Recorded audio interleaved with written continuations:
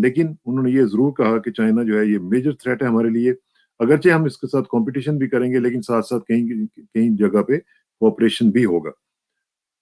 اب مجھے یہ ٹون لگ رہی ہے وہ بہت ہی عجیب طرح کی ٹون لگ رہی ہے۔ وہ ٹون یہ ہے کہ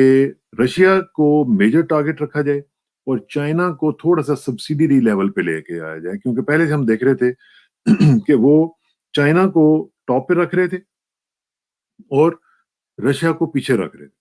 لیکن اب جا کے میرا خیال ہے نیٹو کے جو کنٹریز ہیں انہوں نے ان کو بتایا ہے کہ ہم چائنا کے ساتھ اس طرح کنفرنٹیشن نہیں کر سکتے جس طرح کہ آپ چاہتے ہیں، کیونکہ یورپ کو آپ کو پتا ہے پوری اکانومی جو ہے وہ چائنیز گڈس کے اوپر چل رہی ہے، اور وہاں پہ جو رشیا ہے، رشیا کے ساتھ بھی ان کے معاملات یورپ کے کوئی اتنے برے نہیں ہیں، تو اس لیے انہوں نے رشیا کے بارے میں بتایا ہے، اور رشیا کے بارے میں جو ٹون نظر آ رہی ہے نیٹو کی، وہ ہمیں اس طرح کی نہیں لگ رہی اگریسو قسم کی جو کہ بائیڈن صاحب کہہ رہے تھے، لیکن پھر بھی رشیا کو انہوں نے ٹاپ پہ رکھا ہے اور چائنا کو نیچے رکھا ہے۔ مثلا جو اس کمیونیکے ہے اس کا جو سیکشن 3 ہے وہ مینشن کر رہا ہے رشیا کو، اور رشیا جو ہے اس کے اوپر الزام یہ لگایا گیا ہے کہ ایگریسو ایکشنز یہ لیتا ہے جو کہ یورو اٹلانٹک جو سیکورٹی ہے اس کو تھریٹن کرتا ہے، اور جو دوسرا اس کے اوپر لگایا گیا ہے وہ یہ ہے کہ جناب یہ انگیج کر رہا ہے چائنا کے ساتھ to defend the security interest of the alliance, جو کہ خطرناک ہو سکتے ہیں ہمارے لیے، یعنی انگیج کر رہا ہے چائنا کے ساتھ تاکہ جو نیٹو کے کنٹریز ہیں ان کی سیکورٹی الائنس کو تھریٹن کیا جا سکے۔ تو یہ کوئی بہت بڑا سیکشن ان کے اوپر لگانے کی کوشش نہیں کی گئی، ایکچولی 7 جو سیکشنز ہیں وہ رشیا کے اوپر لگائے گئے ہیں، اور 2 صرف جو ہیں سیکشنز یعنی 55 اور 56 یہ لگائے گئے ہیں چائنا کے اوپر، اور چائنا کے اوپر جو لگایا گیا وہ یہ ہے کہ جی یہ اور دونوں رشیا مل کے کوآپریٹ کر رہے ہیں نیٹو کنٹریز کے خلاف ایک سازش کر رہے ہیں، تو یہ بھی ایک لحاظ سے دیکھا جائے تو کوئی اتنا بڑا وہ کنکریٹ قسم کا کوئی الزام نہیں لگایا گیا۔ دوسری ہم دیکھ رہے ہیں کہ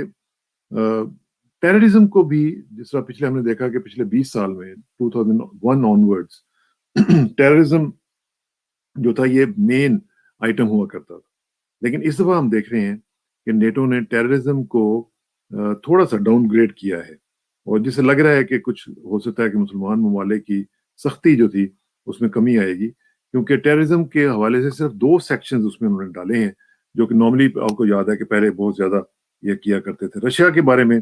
البتہ یہ ضرور کہا گیا ہے کہ رشیا جو ہے وہ تھریٹ کر رہا ہے مولڈووا کو، جارجیا کو، اور یوکرین میں وار کر رہا ہے، کرنا چاہتا ہے، اور پھر نیوکلیر ویپنز کے حوالے سے سیکشن 49 جو ہے وہ بتایا گیا کہ میس ڈسٹرکشن کے جو ویپنز ہیں وہ کریٹ کر رہا ہے، بنا رہا ہے، اور کنونشنل آرمز کنٹرول کا بھی سیکشن جو ہے اس پہ لگایا گیا جو سیکشن 50 ہے۔ تو دوسری جو نیشنز جو انہوں نے کہا ہے کہ جو ہمیں خطرہ دکھائی دیتی ہیں جو کہ بیسیکلی چائنا کے اور رشیا کے الائز ہیں جو کہ یورو اٹلانٹک سیکورٹی کے خلاف جا سکتی ہیں، اس میں انہوں نے کہا کہ کون کون سے ہیں، اس میں نارتھ کوریا ہے، ایران ہے، سیریا ہے اور بیلاروس ہے، اور یہ ممالک وہ ہیں جو کہ وہ سمجھتے ہیں کہ ہمیں تھریٹ کر سکتے ہیں، اور وہ یہ بھی یہ کہہ رہے ہیں کہ ہم ان کا جو مقابلہ ہے وہ کرنے کے لیے تیار ہیں، اور یہ 1 بلین کی جو آبادی ہے وہ بہت بڑا ایک بلاک ہے، تو یہ ہم اتنی جلدی سے ان کے سامنے سرنگون نہیں کریں گے۔ اب اس طرح کی ساری چیزیں تو ہونی تھی، ساتھ ساتھ انہوں نے ٹرکی کو بہت زیادہ اپریشیٹ کیا ہے، اس جو جوائنٹ کمیونیکے ہوا ہے اس میں کہ انہوں نے جو سیرین ریفیوجیز کو پناہ دی تھی وہ بہت بڑا کام کیا تھا، اور اس کو انہوں نے اپریشیٹ کیا کہ یہ ہم اس کو اپریشیٹ کرتے ہیں۔ ساتھ ساتھ یہ جو کمیونیکے ہے اس میں انہوں نے مختلف جو انیشیٹوز ہیں، جو مختلف کمانڈز نئی انہوں نے کریٹ کی ہیں، جو سمجھ لیں آپ کے مختلف سینٹرز بنانے کی بات کی ہے نارتھ امریکہ میں اور خاص طور پہ یورپ میں، وہ میں آپ کو 2-4 بتا دیتا ہوں، حالانکہ ہیں تو زیادہ۔ ایک تو یہ ہے کہ جوائنٹ فورس کمانڈ جو نورفوک ہیڈ کوارٹرز میں تھی اس کو انہوں نے کریٹ کیا ہے، پھر شاید joint support enabling command in اولم، یہ جرمنی کا علاقہ ہے، اس میں وہ کہہ رہے ہیں کہ ہم بنائیں گے سائبر اسپیس آپریشن جو ہیں ان کا ایک سینٹر بنایا جا رہا ہے، نیٹو میری time security centre for excellence یہ ٹرکی میں بنایا جائے گا، اور پھر نیٹو کا ایک ریپڈ ایئر موبلٹی سینٹر جو ہے وہ بھی بنایا جائے گا. New integrated air and missile defence centre of excellence in Germany, not actually Germany کے بجائے یہ گریس میں ہے. تو Euro Atlantic centre for resilience in Romania. مختلف ممالک میں مختلف چیزیں یہ بنا رہے ہیں, ان کا انہوں نے اناؤنس بھی کر دیا ہے. الائنس گراؤنڈ سرویلنس فورس, یہ بھی ایک بنائی جا رہی ہے, پوری جو گراؤنڈ پہ جا کے سرویلنس کیا کرے گی. کمپریہنسو سائبر ڈیفense پالیسی, اس کو بھی بنایا گیا ہے. سائبر ڈیفenس پلیج اس کو ایک کہا گیا ہے. پھر نیٹو اسپیس سینٹر ان جرمنی, یہ جرمنی میں بنایا گیا ہے. تو یہ مختلف سینٹرز اور مختلف جو ہے ڈسرپٹیو ٹیکنالوجی کا بھی ایک جو ہے وہ روڈ میپ بنایا جائے گا, اور اس میں ایکشن لیا جائے گا, خاص طور پہ انٹیلیجنس جو ہے آرٹیفیشیل انٹیلیجنس کے حوالے سے, اور پھر انٹیگریٹڈ پالیسی اور پروگرام کے حوالے سے, اور پھر ہائبرڈ سپورٹ ٹیمز. یہ مختلف چیزوں نے بتائی.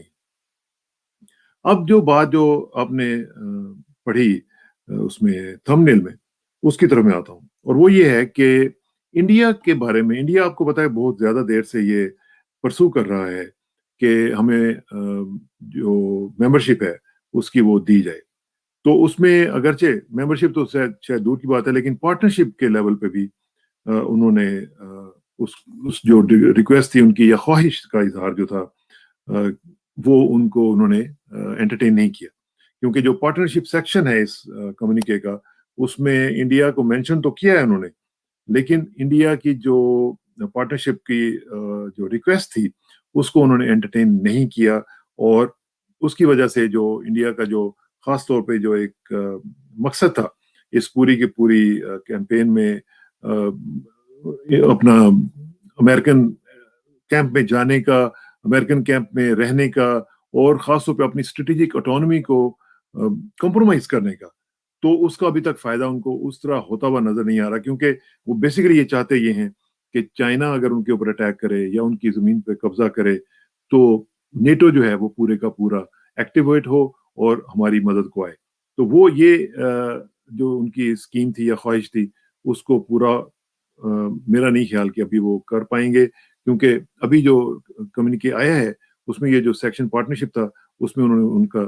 کوئی انٹرٹین کرنے کی بات نہیں کی ہے. تو اس لیے یہ مودی صاحب کے لیے جو انہوں نے حرکتیں کی ہیں, جو انہوں نے پالیسیز اپنائی ہوئی ہیں, ان کے لیے ایک اور بدنامی اور ناکامی ان کے سامنے آئی ہے, اور یہ ابھی مزید پتہ نہیں کہاں کہاں پہ بھارت کو دھچکے لگواتی رہے گی. ہم اس کو فالو کرتے رہیں گے اور آپ کے ساتھ شیئر کرتے رہیں گے. بہت بہت شکریہ.